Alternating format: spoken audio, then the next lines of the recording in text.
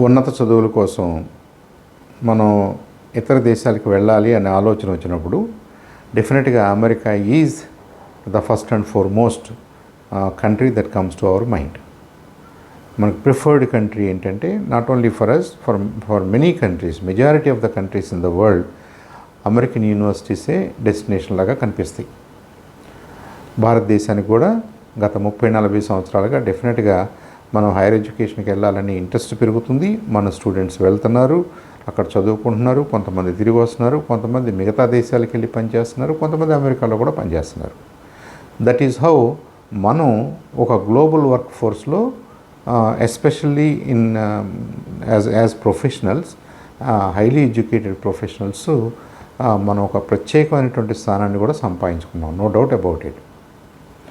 అయితే of late ఈ America వెళ్ళటం, చదువుకోవటం కోసం అమెరికా వెళ్ళటం, అక్కడ ఎంఎస్ చేసిన తర్వాత ఓపీటీలో సమస్యలు, ఆ తర్వాత ఎంప్లాయ్మెంట్ అవకాశాలు ఉంటాయా లేవా, అఫ్కోర్స్ అక్కడికి చదువుకోవడానికి వెళ్ళటం అంటే ఎంప్లాయ్మెంట్ కోసం అని కాదు, but some people may be interested in that. కొంతమందికి అది కూడా ఇంట్రెస్ట్ ఉంటుంది, అక్కడ పనిచేయాలని ఇంట్రెస్ట్ ఉంటుంది.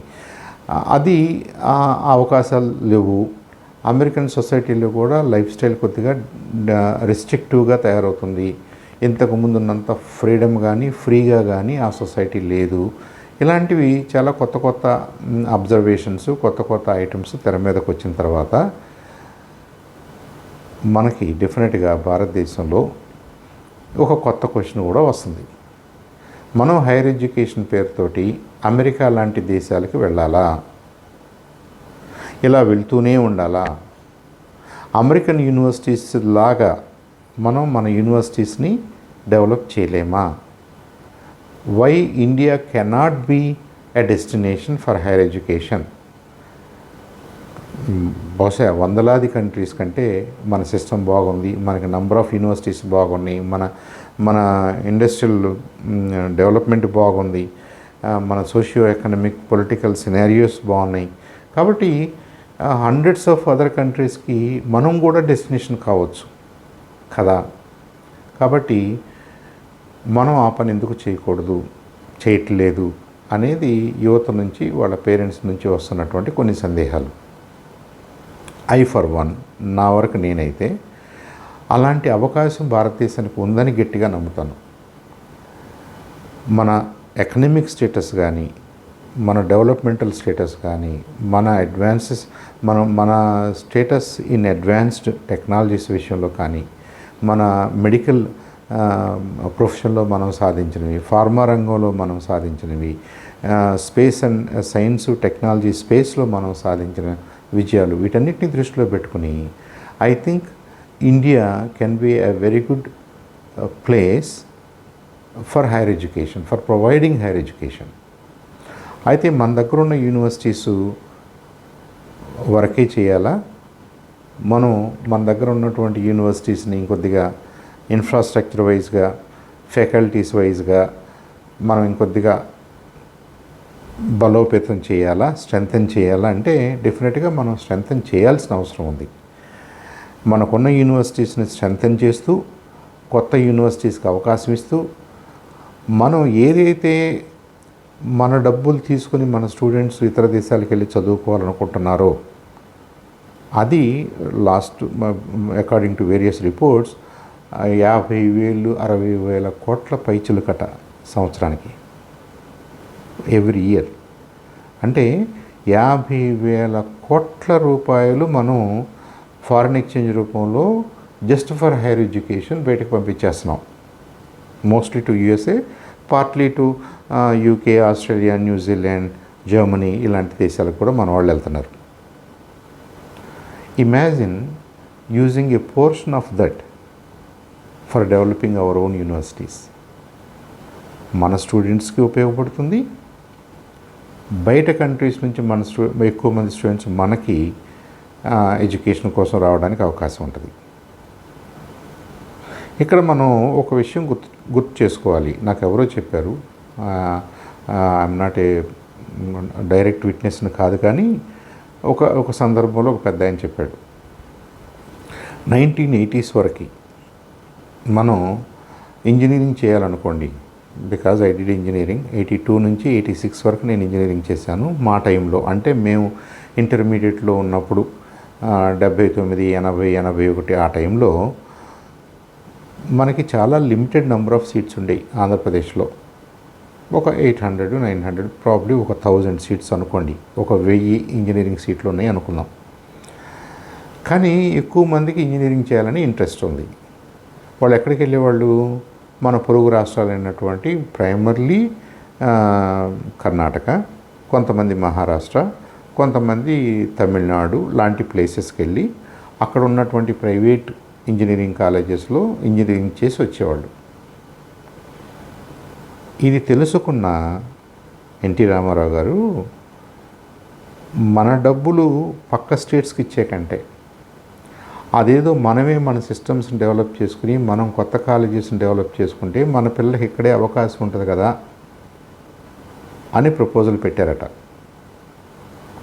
I think as a country now we're in the same situation regarding higher education. మీరు ఎంఎస్ చేయాలి, పిహెచ్డి చేయాలి అన్నప్పుడు మీకు బయటికే వెళ్ళాలని ఎందుకు ఐడియా వస్తుంది? అమెరికా లాంటి కంట్రీస్కి వెళ్ళాలని ఎందుకు ఐడియా వస్తుంది? ఇన్ ద ప్రాసెస్ ఇలా thousands of crores of rupees మనం ఎందుకు ఖర్చు చేయాల్సి వస్తుంది? దాన్ని మనం అరెస్ట్ చేయాలి, దాన్ని మనం ఆపలేమా? నంబర్ 1. రెండవది, దాన్ని ఆపగలిగితే మన వాళ్ళకి ఇక్కడే మనకు ఆ ఫెసిలిటీస్ క్రియేట్ అయిపోతే బయట చాలా దేశాల స్టూడెంట్స్ కూడా ఇక్కడికి వచ్చి చదువుకోవడానికి అవకాశం ఉంటుంది. సో ఆ సిస్టమ్స్ డెవలప్ అవుతాయి, ఆ ఇన్ఫ్రాస్ట్రక్చర్ డెవలప్ అవుతుంది, ఒక ఈకో సిస్టమ్ డెవలప్ అవుతుంది. We become a hub for higher education. ఇది జరుగుతూ ఉండగా మనకి ఇమీడియట్గా ఎక్కడ బెనిఫిట్ వస్తుంది? మన యూనివర్సిటీలో జరుగుతున్న అడ్వాన్స్డ్ రీసెర్చ్ అంతా కూడా మన ఇండస్ట్రీకి ఫస్ట్ పనికి వస్తుంది కదా. మన స్టూడెంట్స్ ఎంటర్ప్రినర్స్ అవ్వడానికి పనికి వస్తుంది కదా. మన స్టూడెంట్స్ బిజినెసెస్ స్టార్ట్ చేసుకోవడానికి పనికి వస్తుంది కదా. ఇలా చేసే కదా అమెరికా గత 100 yearsగా లీడ్ తీసుకోగలిగింది. In the name of higher education వాళ్ళు ప్రపంచవ్యాప్తంగా ఉన్న మంచి మంచి స్టూడెంట్స్ని తమ వైపు తిప్పుకుంటూ వాళ్ళ యూనివర్సిటీస్ని చాలా స్ట్రెంథెన్ చేసుకుంటూ ఈ స్టూడెంట్స్ వాళ్ళ రీసెర్చ్లో నుంచి వచ్చినటువంటి ఆ ఇంటలెక్చువల్ ప్రాపర్టీని వాడుకుని thousands and thousands of new ప్రోడక్ట్స్కి, న్యూ కంపెనీస్కి, న్యూ బిజినెసెస్కి అవి పాత్వేస్ అయినాయి, గేట్వేస్ అయినాయి American universities.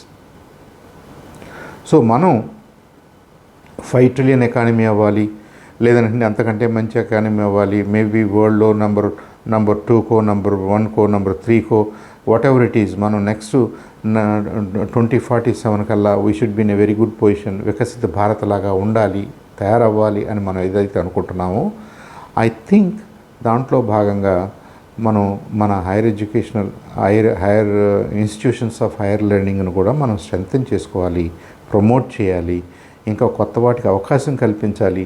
I think India should start advocating it self as a destination for learning, hire learning. ఇది ఇవాళ అమెరికాలో జరుగుతున్నటువంటి ట్రంప్ 2.0లో జరుగుతున్నటువంటి వేరియస్ కార్యక్రమాలు, వాటి వల్ల మన బాడీ స్టూడెంట్లో క్రియేట్ అవుతున్నటువంటి డౌట్స్, అన్రెస్ట్, ఇక్కడున్న స్టూడెంట్స్లో మొదలైనటువంటి నేను అమెరికా వెళ్ళాలా, వెళ్ళగలనా, వెళ్ళకపోతే ఏంటి, లేకపోతే ఏంటి, ఎక్కడికి వెళ్ళాలి, ఎంత డబ్బులు ఖర్చు పెట్టాలా వద్దా, మారిన పరిస్థితుల్లో మారిన ఎంప్లాయ్మెంట్ ఆపర్చునిటీస్ని దృష్టిలో పెట్టుకుని, మారిన ఎకనామిక్ సినారియోస్ని దృష్టిలో పెట్టుకుని, మారిన సోషియో పొలిటికల్ ఎకనామిక్ కాంటెక్స్ట్లో మరి వెళ్ళాలా వద్దా, వెళ్తే ఎక్కడికి వెళ్ళాలి, America seems to be no longer the only option, no longer the most preferred option, అలా లేదా ఉందా, ఈ డౌట్స్ అన్నీ ఉన్నాయి కదా. ఈ డౌట్స్ మధ్యలో I think we have an opportunity, India has an opportunity, every state in India has an opportunity to start their own institutions or promote institutions in their respective states and strengthen them, support them and strengthen them infrastructurally and create these institutions the world can look up to. Students from all over the world can also come here. They want to come here. మన స్టూడెంట్సే కాదు, బయట నుంచి కూడా students మనకు వస్తే మనకి foreign exchange వస్తుంది, మనకి ఆ ఐడియాస్ వస్తాయి, మనకి వాళ్ళ వర్క్లో నుంచి వాటిని ఇండస్ట్రియలైజేషన్కి కావాల్సిన విధంగా మార్చుకునే అవకాశం కూడా వస్తుంది. So I think Viksit Bharat 2047ని దృష్టిలో పెట్టుకుని, స్వర్ణాంధ్ర 2047ని దృష్టిలో పెట్టుకుని మనం ఇంకొద్దిగా డీప్గా ఆలోచిస్తే మేబీ ట్రంప్ గారు వాళ్ళు ఏం చేస్తున్నాడో అది ఎ బ్లెస్సింగ్ ఇన్ డిస్గైజ్ లాగా చూడొచ్చు. మనం ఒక రకంగా ఫ్రాడ్ చేస్తున్నాడు. ఫ్రాడ్ అంటే ఫ్రాడ్ చేయటం అంటే మనల్ని ప్రేరేపిస్తున్నాడు. మీ స్టూడెంట్స్ ఇక్కడికి రావటం కాదు, మీరు ఎందుకు చేసుకోలేరు, మీ స్టూడెంట్స్ని మేము ఇన్ని రకాలుగా మేము టెస్ట్ చేస్తున్నాము, ఇన్ని రకాలుగా స్క్రీన్ చేస్తాము, ఇన్ని రకాలుగా వాళ్ళ యాంటీసిడెంట్స్ని మేము స్క్రీన్ చేస్తామని ఆయన అంటున్నప్పుడు దాంట్లో నుంచి అనేక రకాలైనటువంటి సంబంధం ఉన్నా లేకపోయినా మిగతా వాళ్ళకు కూడా డౌట్స్ వస్తాయి. కాబట్టి ఇలాంటి ఒక వాతావరణంలో ఒక అనీజ్ క్రియేట్ అయినప్పుడు, ఎ సెన్స్ ఆఫ్ అనీజ్ క్రియేట్ అయినప్పుడు ఆయా రాష్ట్రాలు, ఆయా దేశాలు I think they should also open up, they should also start thinking in creating hire centres of higher learning. మనకైతే మంచి అవకాశాలు ఉన్నాయని అనిపిస్తుంది. Not to discourage anybody to go from going out. మీరు మీ డెస్టినేషన్, మీకు న్యూజిలాండ్ వెళ్ళాలనుంటే, జర్మనీ వెళ్ళాలనుంటే, మీ subject matter అక్కడ బాగుంటుంది అనుకుంటే, మీకు మంచి యూనివర్సిటీలో అడ్మిషన్ ఉందనుకుంటే, మీ ప్రొఫెసర్ చాలా మంచి రెప్యూటెడ్ ప్రొఫెసర్ అనుకుంటే definitely you should go there. I'm not asking anybody to stop from going, but for those who are also thinking of should I go or not, వాళ్ళకి మనం ఒక ఆల్టర్నేటివ్ ప్లాట్ఫామ్ క్రియేట్ చేయాలి. అలాగే throughout the world అలాంటి questions ఉన్న వాళ్ళకి ఒక alternative డెస్టినేషన్ని మనం క్రియేట్ చేసుకోగలగాలి. అంటే మన అన్ని స్టేట్స్, మన సెంట్రల్ గవర్నమెంట్, మన యూనియన్ గవర్నమెంట్ కలిపి దీన్ని ఇంకొద్దిగా సీరియస్గా ఆలోచించాలనేది నా కోరిక.